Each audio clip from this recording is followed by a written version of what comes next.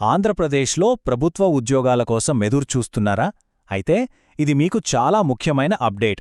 ఎందుకంటే దాదాపు 50 ఏళ్లుగా నడుస్తున్న నియామక వ్యవస్థను పూర్తిగా మార్చిస్తూ 2025 పేరుతో ఒక కొత్త ఆర్డర్ వచ్చింది. అసలీ మార్పేంటి? దీనివల్ల ఉద్యోగాల భర్తీ ప్రక్రియ ఎలా మారిపోబోతోందో గెలండి మనం ఇప్పుడు వివరంగా చూద్దాం. సరే, ఈ కొత్త ఆర్డర్ వచ్చింది బానే ఉంది. కాని ఇప్పుడు మనందరి మధ్యలో కొన్ని ప్రశ్నలు మొదలవుతాయి కదా. అసలు ఇకపై గవర్నమెంట్ జాబ్స్ని ఎలా ఫీల్ చేస్తారు? ఈ కొత్త రూల్స్ వల్ల ఎవరికి లాభం, ఎవరికి నష్టం? సో ఈరోజు మనం ఏం చూడబోతున్నామంటే, ముందుగా ఈ కొత్త ఆర్డర్ ఏంటి, ఉద్యోగాలని ప్రాంతాల వారీగా ఎలా ఆర్గనైజ్ చేశారు, లోకల్ క్యాండిడేట్ అని ఎవరినంటారు, ఆ 95% లోకల్ రిజర్వేషన్ సంగతేంటి, ఇది ఎవరికి వర్తిస్తుంది, ఎవరికి వర్తించదు, ఇంకా ఫైనల్గా ఏపీ ఉద్యోగాల భవిష్యత్తుపై దీని ప్రభావం ఎలా ఉండబోతోందో కూడా విశ్లేషిద్దాం. సరే, మొదటగా ఉద్యోగాల కోసం వచ్చిన ఈ కొత్త ఉత్తర్వు గురించి మాట్లాడుకుందాం. అంటే దాదాపు 50 ఏళ్లుగా ఉన్న ఒక సిస్టమ్ను ఇది పూర్తిగా మార్చేస్తోందన్నమాట. చూడండి, ఇది ఏదో మామూలు జీవో కాదు. స్వయంగా భారత రాష్ట్రపతి రాజ్యాంగంలోని ఆర్టికల్ 371D కింద ఉన్న తన ప్రత్యేక అధికారాలను ఉపయోగించి దీన్ని జారీ చేశారు. ఇంకో విషయమేంటంటే, ఇది గెజెట్లో పబ్లిష్ అయిన వెంటనే అమల్లోకొచ్చేసింది. అంటే ఏపీ ప్రభుత్వ ఉద్యోగాల విషయంలో ఇదొక టర్నింగ్ పాయింట్ అని చెప్పాలి.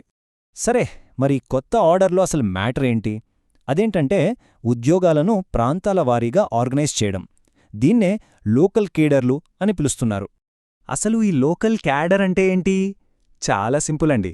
ఒక స్పెసిఫిక్ ప్రాంతం అంటే ఒక జిల్లా లేదా జోన్ అనుకోండి. అక్కడున్న గవర్నమెంట్ పోస్టులన్నిటినీ కలిపి ఒక గ్రూప్ చేస్తారు. అంతే. ఇకపై రిక్రూట్మెంట్లు, ప్రమోషన్లు, ట్రాన్స్ఫర్లు అన్నీ ఈ క్యాడర్ బేస్గా చేసుకునే జరుగుతాయన్నమాట. ఈ కొత్త సిస్టమ్కి ఇదే ఫౌండేషన్. ఈ క్యాడర్ సిస్టంలో మళ్ళీ 3 లెవెల్స్ ఉన్నాయి. ఫస్ట్, జిల్లా కేడర్. జూనియర్ అసిస్టెంట్లు, టీచర్లు ఇలాంటి పోస్టులన్నీ దీని కిందకే వస్తాయి. దానికి నెక్స్ట్ లెవెల్ జోనల్ కేడర్. ఆ పైన డిప్యూటీ కలెక్టర్ లాంటి పెద్ద పోస్టుల కోసం మల్టీ జోనల్ కేడర్ ఉంటుంది. ఓకే, అంతా బాగుంది. కానీ ఈ సిస్టమ్ వల్ల అసలు బెనిఫిట్ ఎవరికి? అంటే లోకల్ క్యాండిడేట్ అని ఎవరిని అంటారు? ఇది చాలా ఇంపార్టెంట్ పాయింట్. ఆ రూల్స్ ఏంటో చూసేద్దాం. అవును, ఒక క్యాండిడేట్ని లోకల్ అని డిసైడ్ చేయడానికి ఏ కండీషన్స్ పెట్టారు? గవర్నమెంట్ దేని ఆధారంగా ఈ స్టేటస్ ఇస్తుంది? చూద్దాం రండి. చూడండి, లోకల్ క్యాండిడేట్ అవ్వడానికి బేసిక్గా 2 దారులున్నాయి.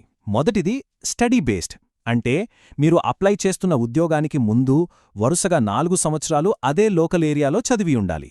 ఒకవేళ అలా చదవని వాళ్లకి ఇంకో ఆప్షన్ కూడా ఉంది. అదే రెసిడెన్స్.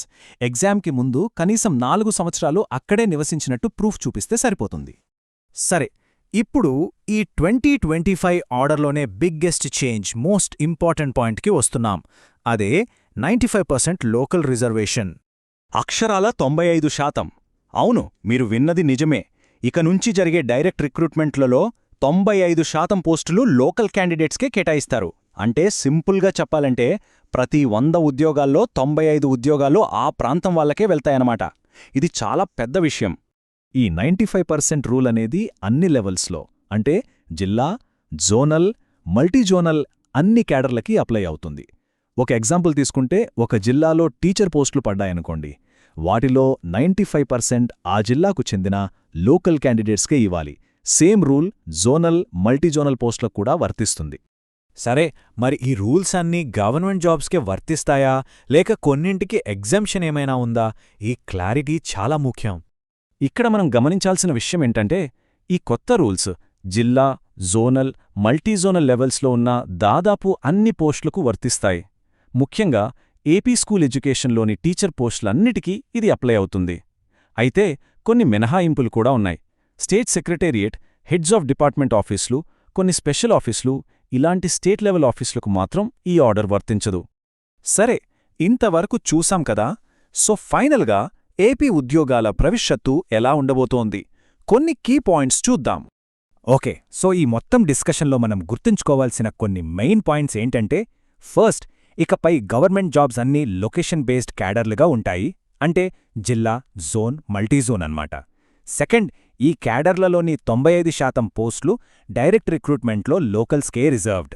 థర్డ్, లోకల్ క్యాండిడేట్ అంటే కనీసం 4 సంవత్సరాలు ఆ ఏరియాలో చదివినా లేదా నివసించినా సరిపోతుంది.